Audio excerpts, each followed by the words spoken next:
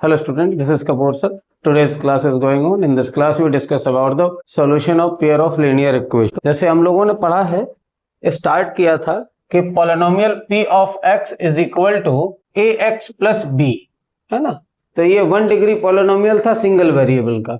अब इसी तरह से मैं लिखता हूं कि ax plus by plus c is equal to 0। तो यहाँ पर x की भी 1 डिग्री है और y की भी 1 डिग्री है और x y दोनों वेरिएबल हैं। वो सारे इक्वेशन जो x y में 1 डिग्री हैं वो सभी के सभी एक स्ट्रेट लाइन रिप्रेजेंट करेंगे। ओके, ये क्या रिप्रेजेंट करेंगे?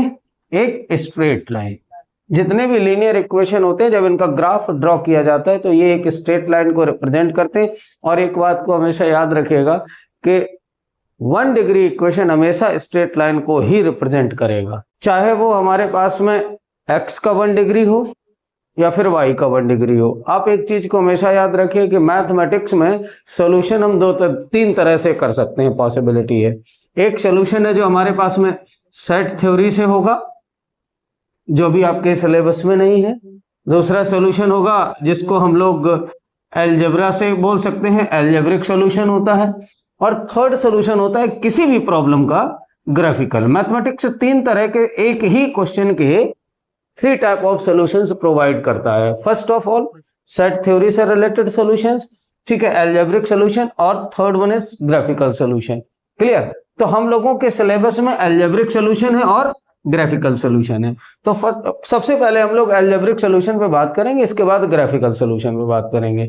इस चीज को आप अपने माइंड में रखिएगा। हमारे लोगों के, ठीक है, सिलेबस का टर्म्स क्या है?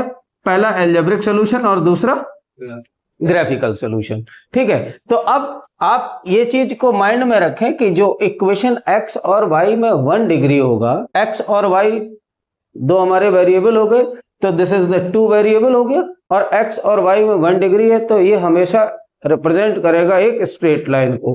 क्योंकि x y का 1 डिग्री इक्वेशन एक स्ट्रेट लाइन को रिप्रेजेंट कर रहा है, इसलिए हम इसको लीनियर इक्वेशन बोलते हैं। हम लोग क्या बोलते हैं इसको? Linear equation. ओके, तो लीनियर इक्वेशन हमारे पास क्या होगा बताओ बेटे?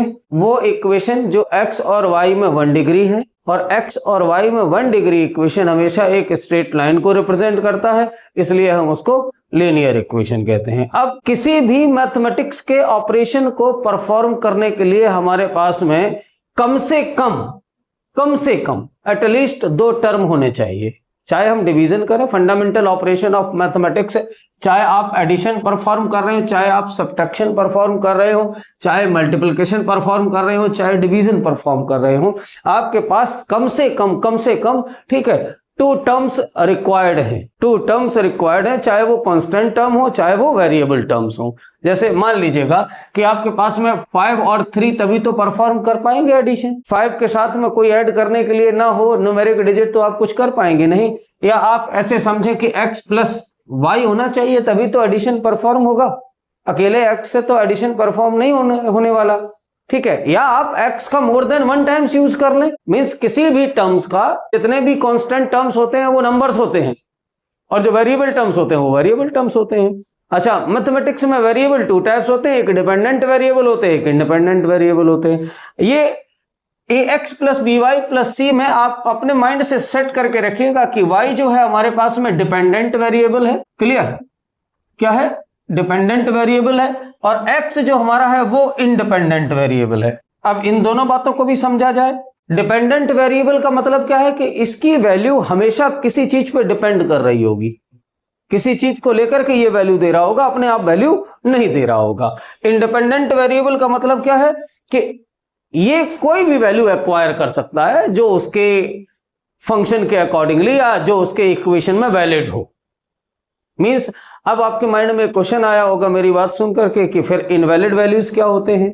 इनवैलिड वैल्यूज वो सारे के सारे होते हैं जिन पर हमारा कोई भी इक्वेशन अनडिफाइन हो, जिसको हम डिफाइन ना कर पाए। अनडिफाइन का मीनिंग्स ऐसे समझ लो कि जैसे कहा जाता है रेशनल नंबर की बात कही जाए तो p अपॉन q कहा जाता है और बोला जाता है कि q is not equal to 0, क्योंकि q की वैल्यू अगर 0 हो जाएगी तो इसकी वैल्यू इनफिनाइट आ जाएगी, मतलब अनडिफाइन आ जाएगी, या 1/0 जो कि अनडिफाइंड वैल्यू है।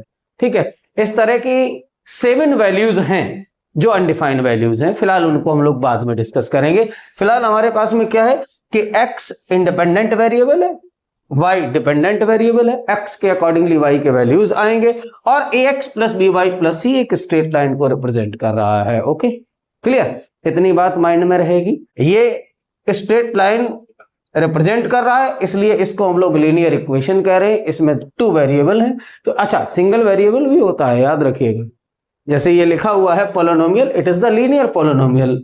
ठीक है, एज यू नो, जब मैं पॉलिनोमियल पढ़ा रहा था तो आप लोगों ने इस पर डिस्कशन किया था कि इसकी डिग्री 1 है ना? तो ये लीनियर पॉलिनोमियल नाम हुआ था इसका। यहां पर क्या है? Linear equation with 2 variable. अच्छा, पॉलिनोमियल और इक्वेशन में एक छोटा सा डिफरेंस है, हम लोग पहले लेक्चर में डिस्कस कर चुके हैं जब पॉलिनोमियल पढ़ रहे थे, कि अगर पॉलिनोमियल की वैल्यू इक्वल टू 0 हो जाएगी तो वो इक्वेशन हो जाएगा। ठीक है, अदरवाइज वेरिएबल आइडेंटिफाई रहेगा तो वो पॉलिनोमियल रहेगा।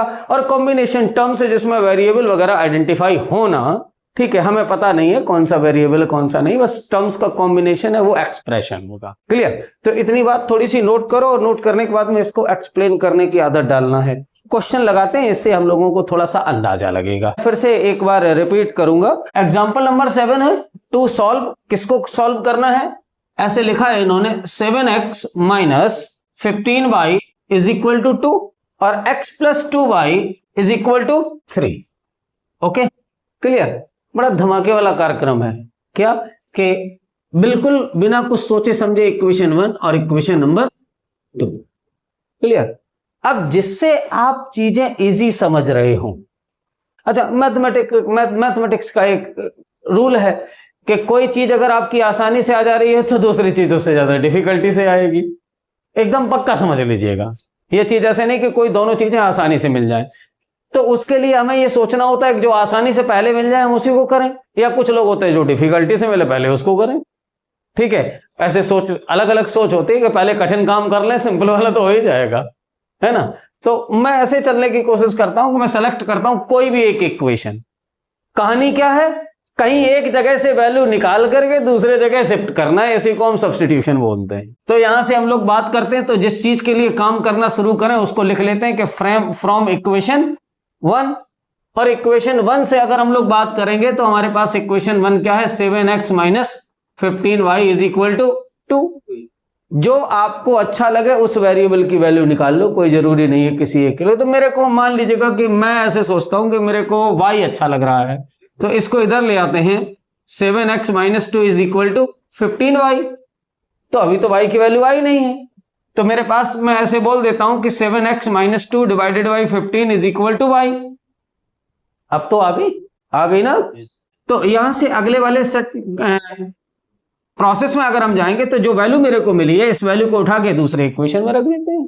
ठीक है, तो यहां से मैं बोलूं कि put the value of y in equation, कौन से वाले में? Okay, very good. तो ये मेरे पास में आ जाएगा x plus 7x minus 2 divided by 15, और इसमें मल्टीपल कितने का है? 2 का। Okay, is equal to 3। समझ रहे हैं? yes. एक साथ दो काम करने हैं। ठीक है, क्या कि 2 का ऊपर मल्टीपल करना है और एलसीएम 15 ले लेना है। तो ये हो जाएगा 15x plus 14x minus 4 equal to 15x 2 7 जा 14, 2 2 जा 4। तो ये हमारे पास कितना हो गया? 15 और 14 मिलकर के 29। ओके, और ये हो जाएगा minus 29x minus 4 equal to 15 3 जा 45। ये उधर पहुंच गया, तो 29x is equal to 4 add हो जाएगा तो 49 हो जाएगा। Therefore you can say that x is equal to 49 upon 29। एक वैल्यू आपके पास आ गई। समझ रहे हैं? yes. एक वैल्यू आ गई। अब इस वैल्यू को उठा करके जिस इक्वेशन में मन होगा उस इक्वेशन में रख देंगे तो अगली वैल्यू मिल जाएगी। क्लियर? तो यहां तक अगर समझ पाया है तो हम यहां से आगे बढ़ते हैं। आप लोग बताएं, आप कौन से इक्वेशन में वैल्यू रखना पसंद करेंगे?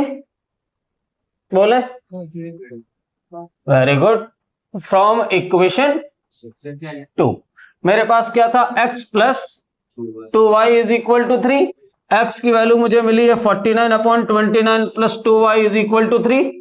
इसको उठा करके उधर डालेंगे तो 2y is equal to 3 minus 49/29, 29 3 जा 87, 87 माइनस 49 डिवाइडेड बाई 29। इसको सब्ट्रैक्ट करेंगे तो मेरे पास में कितना जाएगा, 17 माइनस 9 8, 7 माइनस 4 3 डिवाइडेड बाई, यहां से ये 2y वाला इधर 2 आ जाएगा तो ये कितना हो जाएगा 19। तो यहां से आपके पास में y की वैल्यू भी आ गई 19/29। ओके, तो ये दो वैल्यू आ गई। कहीं उठा करके इसी के नीचे ऐसे आंसर करके जरूर लिखना पड़ेगा कि x is equal to 29 and y is equal to 19/29। एक प्यारा सा स्क्रीनशॉट लीजिए और ये एग्जांपल नंबर 7 हो गया। उम्मीद करता हूं कि आपको समझ में आ गया होगा। ओके।